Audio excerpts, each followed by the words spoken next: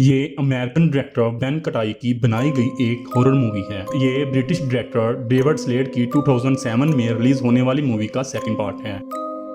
ये मूवी 2010 में यूएसए में रिलीज हुई थी। मूवी के स्टार्ट में हम स्टेला नामी एक लेडी को देखते हैं जो काफी उदास और उसकी आंखों में आंसू भी थे और अलास्का की रहने वाली थी। मूवी के फर्स्ट पार्ट में हमने देखा कि स्टेला का हस्बैंड अपनी वाइफ को बचाने के लिए खुद भी वंपायर बन जाता है और वंपायर को मारने के लिए वो खुद तो जिंदा नहीं बच पाता, लेकिन बाकी जो वंपायर थे वो सूरज की रोशनी से बचने के लिए अलास्का के टाउन से गायब हो जाते हैं। जिन्होंने मूवी का फर्स्ट पार्ट नहीं देखा उनको बता दूं कि अलास्का के एक टाउन में सूरज 30 दिन के लिए नहीं निकलता, यानी कि ये 30 दिन की एक लंबी रात होती है। कुछ लोग तो इन दिनों को छुट्टियां समझकर एंजॉय करने के लिए टाउन से बाहर चले जाते हैं और बाकी लोग जो बच जाते हैं वो टाउन में ही रहते हैं। टाउन में रहने वाले लोगों के 2-4 दिन तो सही सलामत गुजर जाते हैं, लेकिन बाकी के दिन उनके लिए किसी क़यामत से कम नहीं थे, क्योंकि वंपायर उन पर कहर बनकर टूट पड़े थे। वंपायर इन लोगों को ढूंढ कर इनका खून पी रहे थे और साथ ही इनकी गर्दनें भी उड़ा रहे थे, क्योंकि अगर वंपायर खून पीने के बाद इनकी गर्दनें ना उड़ाएं तो ये भी वंपायर बन जाएंगे और वंपायर लीडर मार्लो को वंपायर की तादाद इंक्रीज नहीं करनी थी। अब जब 30 दिन की लंबी रात को खत्म होने में सिर्फ 2 ही दिन बाकी थे तो एबन ने अपनी वाइफ को वंपायर से बचाने के लिए खुद को भी वंपायर ब्लड का इंजेक्शन लगाकर खुद ही एक वंपायर बन गया था। और हाँ, यहाँ पर यह भी बता दूं कि वंपायर सिर्फ रात को ही निकलते थे, वो दिन में सूरज की रोशनी से जल जाते थे। इसलिए एबन जो स्टेला का हस्बैंड था वो अब एक वंपायर था और सूरज के निकलते ही वो राख बनकर उड़ जाता है।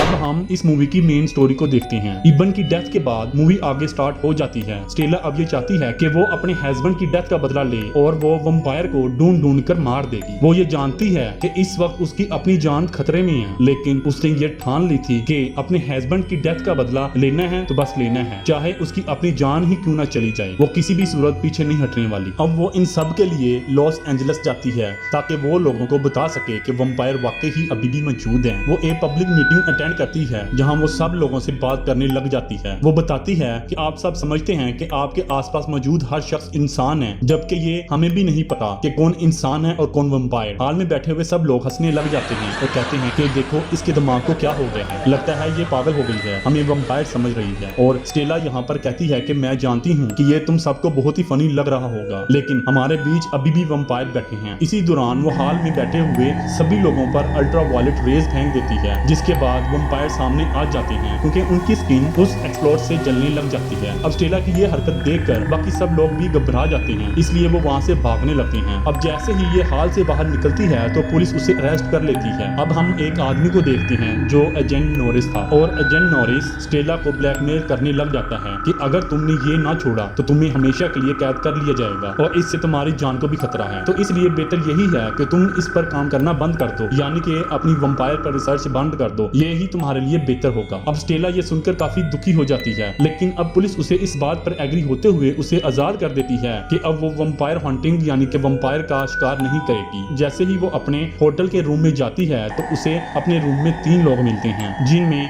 पॉल, अंबर और टॉड शामिल थे।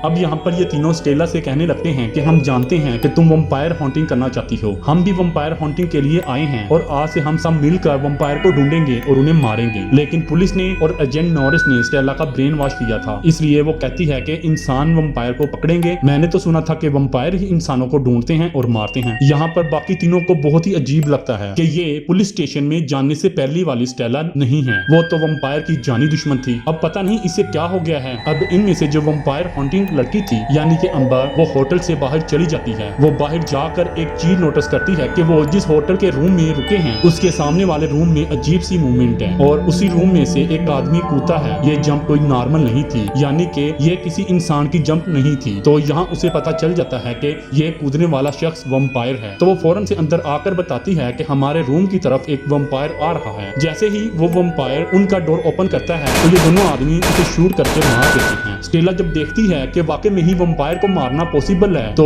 मैं भी टीम में शामिल हो जाती हूँ। अब ये चारों मिलकर एक आदमी के पास लाइब्रेरी में जाते हैं। स्टेला जैसे ही इसको देखती है तो उससे पता चल जाता है कि ये भी वंपायर ही है, क्योंकि उसकी आंखें ब्लैक हो रही हैं और दांत भी अजीब से हो रहे हैं। तो स्टेला उस पर गन पॉइंट करती है तो उसका साथी उसे बताता है कि बेशक ये वंपायर है, लेकिन उसे अपना माइंड कंट्रोल करना आता है और हमें ये नुकसान नहीं पहुंचाएगा। दरअसल इसकी अपनी फैमिली भी वंपायर के हाथों मारी गई है। वंपायर्स ने इस पर भी अटैक किया था, लेकिन लेकिन वो अटैक इतना पावरफुल नहीं था कि वंपायर इसको कंट्रोल कर सकते, और अब ये भी चाहता है कि हम वंपायर से बदला लें, इसलिए तुम कूल रहो, ये हमारे साथ ही है। अब इन सब को लाइब्रेरियन, जिसका नाम डेन था, बताने लगता है कि क्या तुम जानते हो इन सब वंपायर को पावर कहां से मिलती है? इनकी पावर इनकी रानी है जो एक फैक्ट्री में रहती है और बहुत सारे खून को कंज्यूम करके जमान रहती है। अगर हम क्वीन को यानी कि वंपायर की इस खौफनाक रानी को ही मार देंगे तो सारे वंपायर की पावर भी खत्म होने लग जाएगी, क्योंकि सारे के सारे वंपायर इसी का कहा मानते हैं, इसके ऑर्डर पर ही चलते हैं। अब इनको ऑर्डर देने वाला जिंदा नहीं होगा तो हर तरफ पीस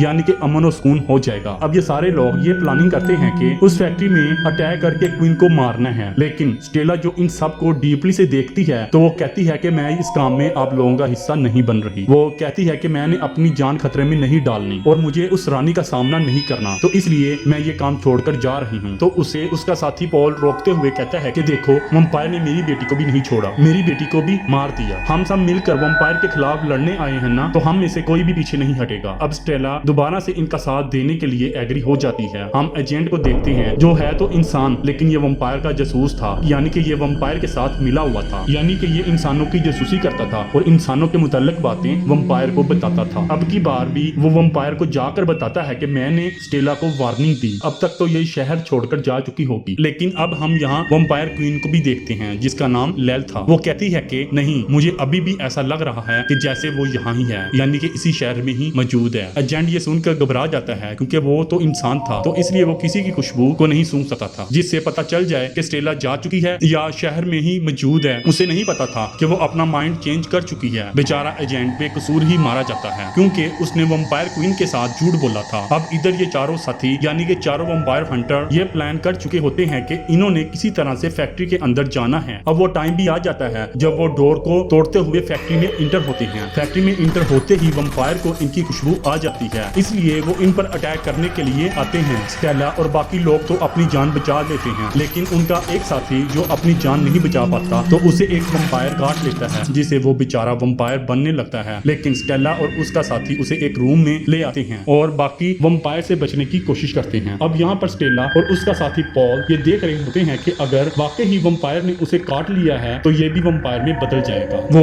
वंपायर का असर बॉडी से निकालने की कोशिश करते हैं, लेकिन ये पॉसिबल नहीं था। उसे देखकर लग रहा था कि जैसे ये भी वंपायर में बदलने वाला है। अगर ये वंपायर बन गया तो इन तीनों को भी मार देगा। स्टेला अपने एक साथी को कहती है कि इसे फौरन ही खत्म कर दो, यानी कि इसे मार दो, वरना हम तीनों की जान को खतरा हो सकता है। लेकिन इसका साथी ऐसा करने से मना कर देता है और कहता है कि ये मेरा दोस्त है, मैं इसे मारना नहीं चाहता। लेकिन स्टेला खुद ही एक पत्थर उठाकर उसके सर पर मारने लगती है और पत्थर मार मार कर उसे ही मार देती है। अब ये लोग यहीं बैठे रहते हैं और रात हो जाती है, लेकिन तभी बाहर से इन्हें कुछ आवाजें आने लगती हैं। जब पॉल डोर का स्लाइडर हटाकर देखता है तो इनका वही साथी यानी कि डेन होता है। वो इन्हें आहिस्ता से कहता है कि सुनो, सारे वंपायर रात होने की वजह से शिकार पर जा चुके हैं और अब आप सब मेरे साथ चुप करके आ जाओ, और हाँ, अपने वेपन अपने हाथ में ही रखना। जैसे ही ये लोग थोड़ा सा आगे जाते हैं तो इन्हें एक वंपायर मिलता है जिस पर वो फायरिंग करने लगते हैं, लेकिन उसे जान से नहीं मारते और इसे पकड़कर एक रूम में ले आते हैं। अब ये सारे लोग इस वंपायर से पूछने लग जाते हैं कि हमें बताओ कि तुम्हारी क्वीन कहाँ पर है। वो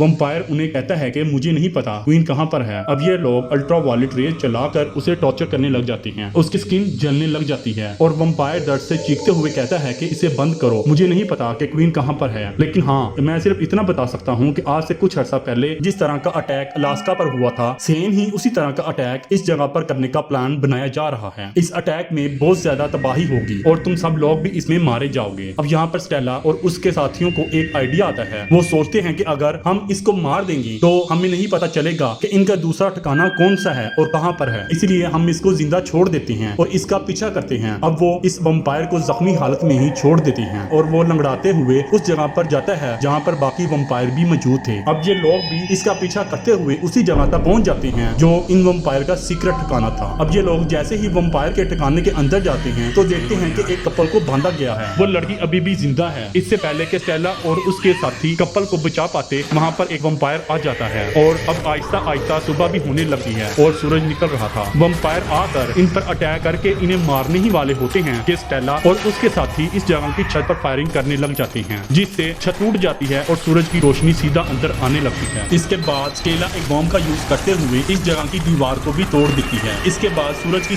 सारी रोशनी अंदर आ जाती है जो वंपायर को जलाकर खत्म कर देती है। अब यहाँ पर ये लोग इस लड़की को बचाकर अपने साथ ले आते हैं और दूसरी तरफ हम एजेंट नॉरिस को देखते हैं जो क्वीन से रिक्वेस्ट कर रहा होता है कि मैं भी काफी वीक हो गया हूँ और काफी बीमार भी हूँ और मैं ये भी जानता हूँ कि मैं मर जाऊंगा, तो प्लीज आप मुझे भी वंपायर ही बना दें। अब यहाँ क्वीन उसे अपना खून पिलाती है जिसके बाद एजेंट भी वंपायर बन जाता है। अब स्टेला और उसके साथी उस रेस्क्यू की हुई लड़की जिसका नाम जेनिफर था उसे अपने साथ ले आती हैं। ये लोग जेनिफर से पूछते हैं कि वंपायर ने तुम्हें कहां से किडनैप किया था, तो जेनिफर इन्हें बताती है कि मुझे और मेरे साथी को एक शिप से किडनैप किया था और वहां पर और भी बहुत से लोग थे जिनका वो लोग खून जमा कर रहे थे। के बातें करते हुए तभी वहां पर डोर नॉक होता है। अब डीन जो कि एक वंपायर ही था वो दरवाजे पर जाकर एक सुराग के जरिए बाहर देखने की कोशिश करता है। बाहर और कोई नहीं, वहाँ पर वही एजेंट नॉरिस था जिसको क्वीन ने अपना खून पिलाकर वंपायर बना दिया था। एजेंट नॉरिस शूट करके डीन को ही मार डालता है और अंदर आ जाता है। ये चारों उसे देखकर गाड़ी में बैठते हैं और एजेंट वंपायर उन पर लगातार फायरिंग करने लग जाता है और पॉल जवाबन आगे से उस पर भी फायरिंग कर रहा होता है। अब आखिरकार उस जगह तक पहुंच जाते हैं जिसके बारे में जेनिफर ने बताया था। शिप पर और भी लोग हैं जिन्हें वंपायर मारकर उनका खून जमा कर रहे थे। यहाँ पर स्टेला उस लड़की से कहती है कि तुम यहाँ से चली जाओ, हम इस शिप के अंदर जाएंगे। जैसे ही स्टेला थोड़ा सा अंदर जाती है तो वो जानकर देखती है एक वंपायर जो सूरज की रोशनी में जल चुका है उस पर खून डाला जा रहा है, तो वो दोबारा से बिल्कुल जिंदा हो जाता है। अब ये देखकर स्टेला को समझ आ जाती है कि वंपायर को मारने के लिए उन्हें सूरज की रोशनी से जलाना काफी नहीं है बल्कि उनकी गर्दनें उड़ाना भी जरूरी है। यानी कि अब वंपायर को मारने के लिए सूरज की रोशनी के साथ इनकी गर्दनें भी उड़ाना होंगी, जो थोड़ा सा मुश्किल हो गया है। अब यहाँ पर स्टेला के साथ आई हुई लड़की काफी डर जाती है और कहती है कि क्या हम यहाँ से वापस जा सकते हैं, मुझे सब कुछ बहुत ही मुश्किल लग रहा है। बट स्टेला कहती है कि अगर हम यहाँ आ गए हैं तो वापस नहीं जाएंगे। ये सोचो कि ये पूरे का पूरा जहाज जो वंपायर से भरा हुआ है किसी और शहर चला गया और न जाने कितने घरों को मौत के घाट उतारा जाएगा। जैसे ही ये लोग शिप के अंदर इंटर होते हैं तो देखते हैं कि बच्चे से लेकर बूढ़ों तक हर इंसान को मारा हुआ होता है और वंपायर ने इनका खून निकाल कर जमा किया होता है। अब ये लोग जैसे ही आगे बढ़ते हैं तो देखते हैं कि कैबिन में एक आदमी खड़ा है। आदमी की बैग इनकी तरफ थी तो स्टेला और उसके साथी उस पर गन तान देते हैं। जैसे ही वो पीछे मुड़ता है तो उसकी आंखें और दांत बिल्कुल नॉर्मल इंसान की तरह ही होते हैं, यानी कि ये एक डरा हुआ इंसान ही था,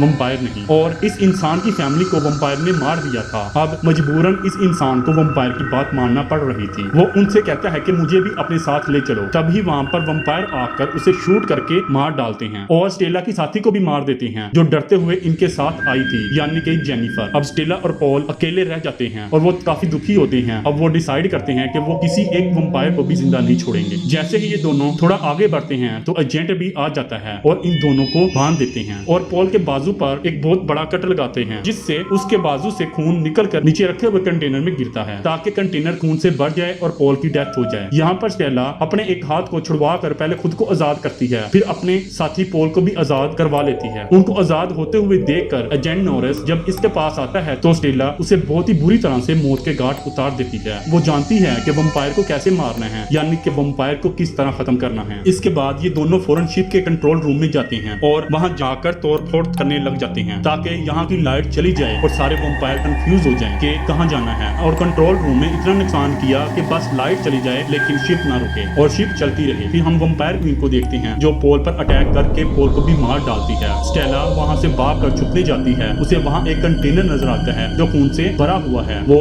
उसमें जाकर छुप जाती है और जब क्वीन उसे ढूंढते हुए वहाँ पर आती है तो उसे स्टेला कहीं भी नजर नहीं आती और तभी स्टेला कंटेनर से बाहर आकर क्वीन की गर्दन उड़ा देती है। तभी वहाँ पर बाकी सारे वंपायर भी आ जाते हैं तो वो देखते हैं कि उनकी क्वीन मर चुकी है। तो वो एक लंबा गहरा सांस लेते हैं क्योंकि अब इनकी क्वीन मर चुकी है और ना ही कोई अब इन्हें ऑर्डर देगा, ये जैसे चाहे जी सकेंगे। और वंपायर स्टेला से डरने लगते हैं कि जो लड़की इनकी क्वीन को मार सकती है तो वो इनको भी एक सेकंड में खत्म कर सकती है। अब ये वंपायर पीछे हटने लगते हैं और स्टेला को गुजरने का रास्ता दे देते हैं। स्टेला वहां से निकलकर अपनी सिटी अलास्का आ जाती है और वंपायर को पुलिस पकड़ लेती है। अब सिटी में अमन और सुकून हो जाता है। अब स्टेला को एक आइडिया आता है कि क्यों ना अपने हस्बैंड की डेड बॉडी में खून डाले और उसका हस्बैंड जिंदा हो जाए, क्योंकि वंपायर ने उसे मारा था तो इसलिए वो भी वंपायर बनकर मारा होगा। अब वो अपने हस्बैंड की कब्र को खोदने लगती है और कब्र से डेड बॉडी निकाल कर अपने रूम में लाकर रखती है जो कि काफी गल सड़ चुकी थी। अब स्टेला अपने बाजू पर कट लगाकर उसकी बॉडी और उसके मुंह में खून डालने लगती है और ज्यादा खून बह जाने की वजह से वो भी बेहोश होकर गिर जाती है। लेकिन जब उसे होश आता है तो उसका हस्बैंड उसके सामने बिल्कुल ठीक हालत में खड़ा होता है। वो उसे फौरन से गले लगा लेती है और जज्बाती हो जाती है और हम ये जानते हैं उसका हस्बैंड वंपायर बनकर मरा था तो इसलिए अब भी वो वंपायर ही है। तो वंपायर होने की वजह से उसे खून की तलब होती है जिसकी वजह से वो अपनी वाइफ वाइफ की शोल्डर पर काट लेता है, यानी कि अब स्टेला भी वैम्पायर बन जाएगी और ये मूवी यहाँ पर ही एंड हो जाती है।